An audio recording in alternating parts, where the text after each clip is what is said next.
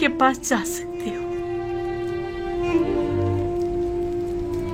کیا زلیخا یوزارسیف کی طرح نہیں ہو سکتی اور انہی کی طرح تمہیں آزاد نہیں کر سکتی؟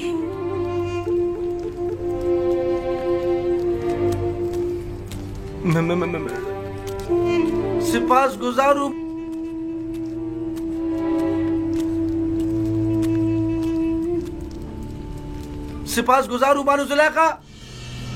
تمہیں یقین ہے کہ اسے مارا گیا ہے؟ شک کی کوئی گنجائش ہی نہیں۔ میں کل پادیامون کے ہاتھوں ان کی گرفتاری کا شاہد تھا اور آج ان کی لاش ملی ہے۔ میں نے دیکھا تھا نینیفر معبر اعظم کی لاش دیکھ کر مسکرا رہا تھا۔ مجھے یقین ہے یہ کام اسی کا ہے۔ معبر اعظم گرفتاری کے وقت گڑ گڑا رہے تھے کہ جناب آقمہو اسے بخش دیں۔ یہ لوگ اپنی خواہشات کی تکمیل کے لیے خود اپنوں پر بھی رحم نہیں کرتے۔ آقمہو اور کاہنان معبد کسی کو بھی قتل کرنے سے دریغ نہیں کرتے۔ انہیں کسی قسم کی قتل و غارت گری کا حق نہیں پہنچتا، انہیں اس کی سزا ملنی چاہیے۔ معبد میں آقمہو کا وضع کردہ قانون چلتا ہے، حتیٰ کہ حکومت مصر بھی ان کے کسی معاملے میں مداخلت کی مجاز نہیں۔ اگر خداوند کی مدد رہی تو ہم ان شر انگیزیوں کی بیچ کنی کر دیں گے۔ میں آپ کے لیے پریشان ہوں جناب یوزارسیف، اپنا بہت خیال رکھیے گا۔ جب میں نے خود کو خدا کی پناہ میں دے دیا ہے تو یہ سب مل کر بھی میرا بال بیکا نہیں کر سکتے۔ اس قتل کی خبر کو سب میں پھیلا دو تاکہ لوگوں کو پتہ چل جائے اور کاہنان معبد اس قتل پر پردہ نہ ڈال سکیں۔ نینیفر کپتا پر بھی کڑی نظر رکھو، وہ ایک خطرناک شخص ہے، اگر آزاد رہا تو مزید خون ریزی کا مرتکب ہوگا۔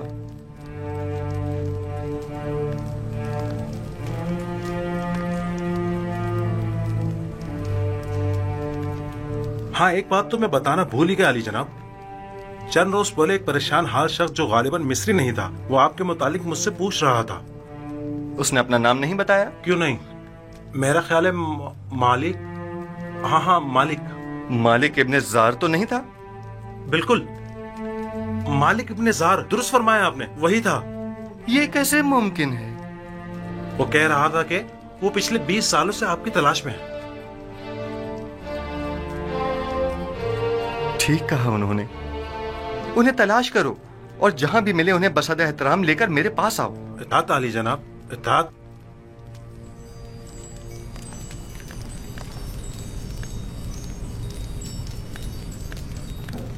مالک ابن زار، مالک یعنی وہ خود ہیں؟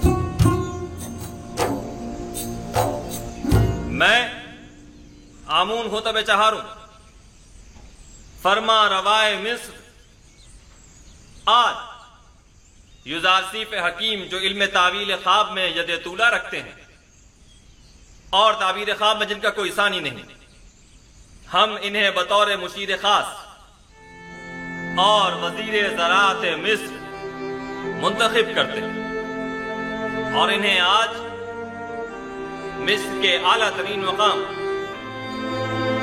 یعنی مقام زریں سے نوازتے ہیں۔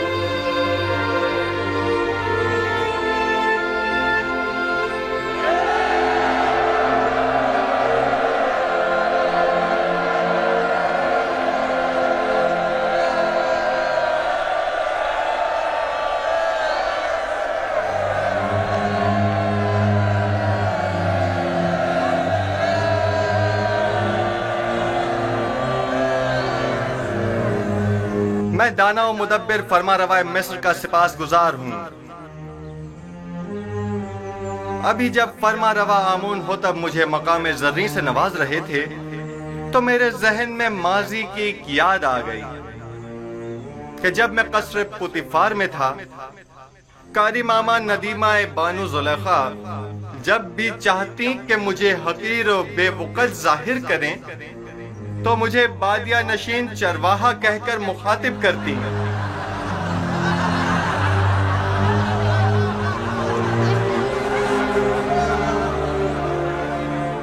آج جس وقت جناب فرما روا نے مجھے وزیر خزانہ اور وزیر زراعت مصر کے عہدے پر فائز کیا تو میں نے خود سے سوال کیا کہ بھلا ایک بادیہ نشین چرواہا اس عظیم ذمہ داری سے کیوں کر عہدہ برا ہو سکتا ہے؟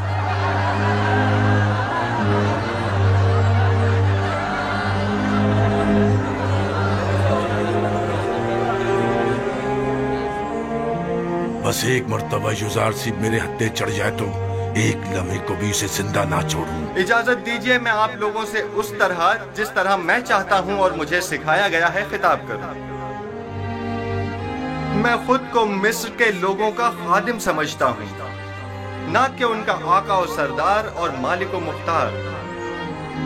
میں آپ مصر کے لوگوں سے چاہتا ہوں کہ میرا ساتھ دیجئے تاکہ میں آپ سب لوگوں کی خدمت بطریق احسن انجام دے سکوں۔ آپ لوگ اس بات سے تو کم و بیش آگاہ ہوں گے کہ مصر کو 7 سال قحط و خشک سالی کا سامنا ہے اور 7 سال فراوانی نعمت اور باران رحمت کا۔ میں آپ کو یقین دلاتا ہوں کہ اگر پتھر پر بھی بیج بوئیں گے تو وہ ضرور سبز و بارآور ہوگا۔ لہذا جہاں تک ممکن ہو ابھی سے کاشت کرنا شروع کر دیں، اور جو کاشتکار جتنی زیادہ گندم کاشت کریں گے اور جتنی کثیر مقدار میں گندم حکومت کی تحویل میں دیں گے، ہم اس زیر کاشت رقبے کے مالکانہ حقوق ان کے حوالے کر دیں گے۔ میں جانتا ہوں کہ مصر کی تمام املاک کے آپ مالک و مختار ہیں۔ اس سلسلے میں بعد میں آپ کی خدمت میں وضاحت پیش کروں گا۔ ہمیں کیا معلوم کہ لوگوں کی دی ہوئی گندم کو واپس انہی لوگوں کو بھاری قیمت میں نہیں بیچیں گے۔ گندم کی خرید و فروخت اور جمع آوری و نگہداشت کا کام آپ کے منتخب کیے ہوئے نمائندوں کے توسط سے انجام پائے گا۔ مامورین حکومت صرف آپ پر نظر رکھیں گے۔ آپ اپنے سالانہ ضرورت کے مطابق گندم اور آئندہ سال بھر کی ضرورت کے بیج اپنے پاس رکھیں اور باقی ماندہ تمام گندم حکومت کی تحویل میں دے دیں۔ آپ حکمران حضرات اگر اتنے ہی باصلاحیت ہے تو کوئی قطعی فیصلہ کریں، تب عوام بھی آپ کی حمایت کرنے کی پابند ہوگی۔ حکومتی معاملات اگر عوام کے زیر نظر انجام پائیں تو عوام حکومت کی معاون ہوا کرتی ہے، اور اگر یہی عوام ان سے بے خبر ہو تو کبھی معاون ثابت نہیں ہوتی۔ ہر شخص جب اپنی گندم خود ذخیرہ کر سکتا ہے تو تمہارے حوالے بھلا کیوں کرے؟ مستقبل قریب میں ہم گندم کی نگہداری کی غرض سے وسیع امکانات فراہم کریں گے۔ البتہ ہر شخص اپنی گندم اپنے پاس محفوظ کر سکتا ہے، لیکن اگر کسی بھی وجہ سے ضائع ہو جاتی ہے تو حکومت مصر اسے گندم کا ایک دانہ بھی نہیں دے گی۔ عالی جناب، مخل ہونے کے معافی چاہتا ہوں۔ کیا بات ہے بیناروز؟ کہو۔ زاویرہ کے قیدی آپ سے ملنے کے خواہش مند ہیں عالی جناب، کیا اجازت دیں گے؟ تو بالآخر آ گئے۔ ہاں ضرور، ان سب کو میرے پاس لے کر آؤ۔ اور ہاں، مالک ابن زار بھی مل گئے ہیں۔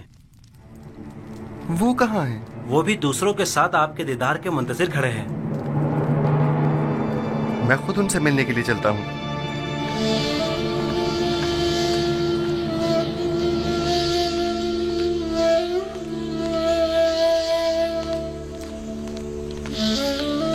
اس آزادی پر آپ کی شکر گزار ہیں۔ ہم خوش ہیں کہ ہم آزاد۔ ہماری آزادی آپ ہی کی وجہ سے ہے۔ بہت شکریہ کہ آپ نے ہمیں اور میں اس بات سے کہ آپ سب آزاد اور خوش ہیں بہت خوش ہوں۔ جناب اعزاز صف، نیم صابو آپ سے ملنا چاہتا ہے۔ کیا کہا؟ بانو زلیخا نے مجھے آزاد کر دیا۔ بانو زلیخا نے مجھے آزاد کر دیا۔ تعجب ہے، گویا بانو زلیخا آزاد کرنا بھی جانتی ہیں۔